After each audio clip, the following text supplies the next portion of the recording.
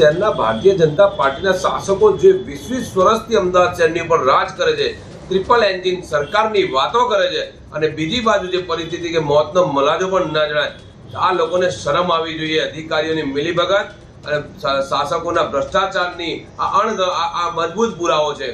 હું કહું છું, કોઈ પણ ચબરબંધીને છોડવામાં ના આવે। શાસકો પક્ષ દ્વારા એવી વાત કરવામાં આવતી હોય કે એમને નોટિસ આપવામાં આવશે, બ્લેકઆઉટ કરવામાં આવશે, બ્લેકલિસ્ટ કરવામાં આવશે, તેમને કોઈ પણ પેમેન્ટ નહીં આપવામાં આવે। હું તો કહું છું, જ્યાં મૃતદેહની વાત હોય, સ્મશાનની વાત હોય, જે મહાદેવના વાસની વાત હોય, એક પણ ચબરબંધીને આ શાસકો દ્વારા છોડવામાં ના આવે। પ્રજાના પ્રશ્નો લઈને હર હંમેશ પ્રજા માટે લડતી રહી છે। આવનાર સમયમાં જો આ ભ્રષ્ટાચારીઓને જેલ ભેગા નહીં કરવામાં આવે તો 100% આ બાબતને લઈને ઉગ્ર આંદોलन चालू કરવામાં આવશે। कम लेवल पर मानवता को संसार करने वाली ये घटना आज सामने अहमदाबाद शहर की जनता के आई है कि शमशान गृह के लकड़ों के नाम पर भी भ्रष्टाचार करने में आ रहा है। कांग्रेस पार्टी कड़क आंदोलन इस मुद्दे पर करने वाली है और मैं समझता हूं कि अहमदाबाद म्युनिसिपल कॉर्पोरेशन के अधिकारियों ने और भारतीय जनता पार्टी ने भ्रष्टाचार की हर लिमिट अहमदाबाद म्युनिसिपल कॉर्पोरेशन में पार कर दी है। बॉडी सळगी गई थी न संपूर्ण व्यवस्थित सळगी गई थी बॉडी। एमने क्यारे टायर लाइन नाख्या छे ने अमने खबर नथी। बॉडी सळगे ज छे एनी अंदर, नथी सळगती एवुं नथी, तमे जोई लेजो। तो एमनो आक्षेप छे के लाकड़ा हता एमने कहेवामां आव्युं छे के आ जे छे आ लाकड़ा छे पलળી ગયા છે। એટલે ભેજ હતો લાકડામાં, એટલે અમે કીધું કે ભેજવાળા લાકડા છે, વરસાદનું એવું છે એટલે ભેજવાળા લાકડા છે, બરોબર। પણ અમે સળગાઈ આપતા હતા ને એમને, બરોબર, અમે ત્યાં જતા, અમે સળગાઈ આપતા હતા ને એમને, ને સળગી જ ગયેલું છે, સંપૂર્ણ સળગી ગયેલું છે એની અંદર। એટલે કે છેલ્લું ધામ કહેવાય છે અને ત્યાં લોકોને અગ્નિ સંસ્કાર કરી એમના સન્માન સાથે અગ્નિ સંસ્કાર થાય તે જરૂર હોય છે। ત્યારે અમદાવાદ મ્યુનિસિપલ કોર્પોરેશન દ્વારા કોન્ટ્રાક્ટર કંપનીઓને જે સ્મશાનની જવાબદારી છે તે આપી દીધી છે। આપના મામા ડાયાભાઈનું અવસાન થયું છે અને એમનું જે અંતિમ વિધિ કરવા માટે ગયા છે, તમને ત્યાં કેવો અનુભવ થયો છે? બેન, અનુભવમાં તો એવું છે કે અમે વરસાદ ઝીણો ચાલુ હતો, અમે લગભગ 11:15 વાગે એન્ટર થયા અને અમે બોડી ત્યાં મૂકી પ્લેટફોર્મ ઉપર અને પછી અમે ત્યાં અંદર ગયા એટલે અમને કહે કે લાકડા તમે બધા લઈ આવો। એટલે અમે લોકો અમારા જે સ્વજનો હતા એમને કીધું કે બધા 2-2, 5-5 લાકડા લઈને આવો, બરાબર। હવે લાકડા શું છે, બહાર બધા પડેલા હતા બેન। ગોડાઉનમાં ગયા તો ગોડાઉન ખાલી હતી। શું ગોડાઉનમાં એકે લાકડું નહોતું, છાણા પડ્યા હતા। તો છાણા અમે કીધું આ છાણા સૂકા છે, બોલે એ તમને આપવા નથી, એ પૈસાથી અમે આપીશું છાણા। શું એટલે મેં કીધું સારું। તો અમે લાકડા લઈને ત્યાં ગયા। શું એટલે જે અગ્નિ જે અમને જે હેલ્પ કરે છે, જે માણસ ત્યાંનો હતો એ માણસે લાકડા ગોઠવ્યા। શું અને પછી એમણે દાગ આપ્યો। લગભગ 11:30 વાગે દાગ આપવાનું ચાલુ કર્યું બેન। 4:30 વાગે બોડી ટોટલ બળી અને બોડી બાળવા માટે અમને એવું લાગ્યું કે ખરેખર આ લાકડું બળે છે કે બોડી બળે છે, અમને કંઈ ખ્યાલ ના પડી। અમે લગભગ કેટલી તો મોરસ નાખી, અઢળક મોરસ નાખી, તલ નાખ્યા, 4-5 કિલોથી ઉપર તો તલ લઈને નાખ્યા, ઘી નાખ્યું। શું કેટલા ડબ્બા ઘી ગયું અમારું બેન। એવું બધું બરાબર છે, બીજા કોઈને તકલીફ ના પડે। આ છેલ્લું ધામ કહેવાય, મુક્તિધામ, અને આ છેલ્લામાં છેલ્લું બધાને જવાનું છે બેન। શું હા, એટલે શું છે કે અમને બહુ દુઃખ થયું। બાજુમાં બોડી બળતી હતી, એ માણસ ગરીબ માણસ હતો, એને ગોદડું લઈને રૂ બાળ્યું બેન। હવે રૂ બાળવાથી બી બોડી ચેતન ના થઈ તો એ ટાયર લઈને આવે, રિક્ષા ભરીને ટાયર લાવ્યા। શું ટાયર લઈને બોડીના નીચેના ઉપર નાખ્યા બેન। શું એ બોડી સળગતી જ રહી। લાકડા હતા જ નહીં કે લાકડા હતા, બધા પલળેલા હતા, ખાલી 1 ટ્રક જેટલા લાકડા। અમે ત્યાં પૂછ્યું તો એમને એમ કહ્યું છે કે જે છે આ લાકડા છે। શું એટલે બહુ શું માંગ છે અમારે કોઈ નહીં, બીજા અમદાવાદમાં બધે સ્મશાન ગૃહમાં કોઈ પબ્લિકને તકલીફ ના પડે। આ છેલ્લું ધામ છે, બધાને જવાનું છે।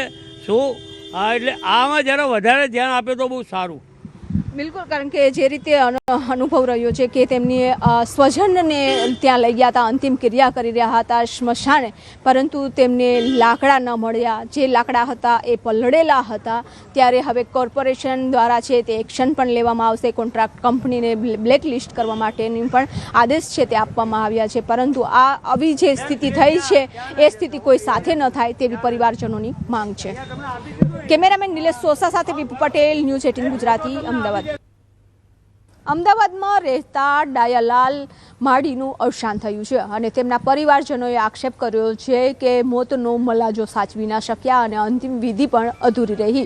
તેનું મુખ્ય કારણ છે કે સ્મશાને તેઓ અંતિમ વિધિ માટે આવ્યા હતા, અગ્નિ સંસ્કાર માટે આવ્યા હતા અને પરંતુ જે આ સ્મશાન છે ઓઢવમાં આવેલું તેના જે લાકડા છે તે લાકડા બહાર પડ્યા હતા. જોકે વરસાદની આગાહી હતી પરંતુ વરસાદ આવ્યો અને આ લાકડા પલળી ગયા. ત્યારબાદ જે વિધિ કરવા માટે આવ્યા ત્યારે આ લાકડા પલળેલા હતા અને અહીંથી એવું કહ્યું કે આ લાકડા જે છે આ જ લાકડા છે. જોકે છાણા હતા પરંતુ તેને આપવામાં નહોતા આવ્યા અને તેમાં પરિવારજનોએ આક્ષેપ કર્યો છે કે જે સ્વજન હતા તેમને ગોદડા અને ટાયરથી અગ્નિ સંસ્કાર છે તે કરવા પડ્યા છે અને એવું બીજા લોકો સાથે ન થાય તેવું પણ માંગ કરી છે. કારણ કે જો વરસાદની આગાહી હતી, આટલું ગોડાઉન છે તેમની પાસે, તો તેમ છતાં પણ આ લાકડાને આ ગોડાઉનમાં શા માટે ના રાખવામાં આવ્યા. જો અત્યારે અમે ન્યૂઝ 18 છે તેમને અહેવાલ પ્રસારિત કર્યો અને ત્યારબાદ કોર્પોરેશનનું તંત્ર છે તે દોડતું થયું છે અને આ જે ગોડાઉન હતું તેમાં આ લાકડા બહાર હતા અને બહારથી આ લાકડા ભરી દેવામાં આવ્યા અને અત્યારે પણ આ સ્થિતિ જોઈ શકો છો કે લાકડા પલળી ગયેલા છે. આ તમામ લાકડા હવે અગ્નિ સંસ્કારમાં કામ આવે તેવા સ્થિતિમાં રહ્યા નથી પરંતુ તંત્ર દ્વારા હવે એક્શન લેવાની વાત કરી રહ્યા છે કે જે કોન્ટ્રાક્ટર છે તેને બ્લેકલિસ્ટ કરાશે, તેના ઉપર કાર્યવાહી કરાશે. પરંતુ જો વરસાદની આગાહી હતી તેમ છતાં લાકડા કેમ બહાર રાખ્યા છે અને જો અંતિમ સંસ્કાર કરવા માટે આવ્યા છે તો એમના અંતિમ સંસ્કારની વિધિ શા માટે તેઓએ ગોદડા અથવા તો ટાયરથી કરવી પડી છે. કેમેરામેન નિલેશ સોસા સાથે વિભુ પટેલ, ન્યૂઝ 18 ગુજરાતી, અમદાવાદ. ભાવનગરમાં વરસાદી પાણીમાં રસ્તો ગરકાવ થઈ ગયો છે અને મહુવા તાલુકાના સેદરડા ગામે વાડી વિસ્તારમાં અવરજવર માટેનો જે માર્ગ છે તે આજે પણ પાણીમાં ગરકાવ થયેલો જોવા મળી રહ્યો છે. સૌથી વધારે પ્રભાવિત થયેલ મહુવા તાલુકામાં ગ્રામજનોનું જનજીવન અને ખેડૂતોની મુશ્કેલીમાં હજી પણ ઘટાડો થયો નથી. તો સેદરડા ગામના ખેડૂતો અને ગ્રામજનો પોતાના જીવના જોખમે સ્થાનિક નદીમાંથી પસાર થવા માટે મજબૂર બન્યા છે. મહુવા પંથકમાં પડેલ ભારે વરસાદના કારણે મોટાભાગના ગામડાઓમાં પાણી ઘૂસી ગયા છે, જેનાથી ગ્રામજનો આજે 4 દિવસ બાદ પણ પ્રભાવિત થયેલા જોવા મળી રહ્યા છે. તો ભાવનગરમાં સતત વરસાદી માહોલ જોવા મળી રહ્યો છે અને તેના કારણે રોડ રસ્તા તેમજ કોઝવે પર પાણી ભરાઈ ગયા છે, જેના કારણે ગ્રામજનો હેરાન પરેશાન થઈ રહ્યા છે. સંવાદદાતા નીતિન અમારી સાથે જોડાઈ ગયા છે. નીતિન, ભાવનગરના અત્યારે ગ્રામ્ય વિસ્તારોમાં કયા પ્રકારની પરિસ્થિતિ છે? શું પાણી ઓસરવાને લઈને કોઈ પણ પ્રકારની પરિસ્થિતિ જોવા મળી રહી છે? જે ચોક્કસ વાત કરીએ તો આજે અવિરત વરસાદને લઈને મહુવા જિલ્લો છે તે સૌથી વધુ ભાવનગર જિલ્લામાં જે મહુવા તાલુકો છે તે વધુ પ્રભાવિત થયો છે અને ખાસ કરીને વાત કરીએ તો મહુવાના જે સેદરડા ગામનો જે વાડી વિસ્તાર છે તે અવરજવર માટે જે એક માર્ગ છે તે માર્ગ સંપૂર્ણપણે છે જે ધ્વસ્ત થયો છે, ધરાશયી થયો છે અને ગરકાવ થયો છે પાણીમાં. તેને લઈને ગામના લોકો છે તેને હાલાકીનો સામનો કરી રહ્યો પડ્યો છે. હાલ તંત્ર દ્વારા આ અંગે કોઈ પણ કાર્યવાહી હાથ ધરવામાં નથી આવી કે કોઈ ડાયવર્ઝન અથવા તો આ જે ધરાશયી થયેલો માર્ગ છે તેને રિપેર કરવા માટેની કાર્યવાહી છે તે હાથ ધરવામાં નથી આવી. જી નીતિન, સમગ્ર માહિતી બદલ આપનો આભાર. દીવના દરિયામાં ભારે કરંટ જોવા મળી રહ્યો છે. નાગવા બીચ પર ભારે પવન ફૂંકાયો છે તો દરિયામાં ઊંચા મોજા પણ ઉછળી રહ્યા છે. પ્રવાસન સ્થળ દીવમાં ભારે પવન સાથે કમોસમી વરસાદ વરસી રહ્યો છે. તો કમોસમી વરસાદના કારણે પ્રવાસીઓ અને ધંધાર્થીઓ હેરાન પરેશાન થઈ રહ્યા છે.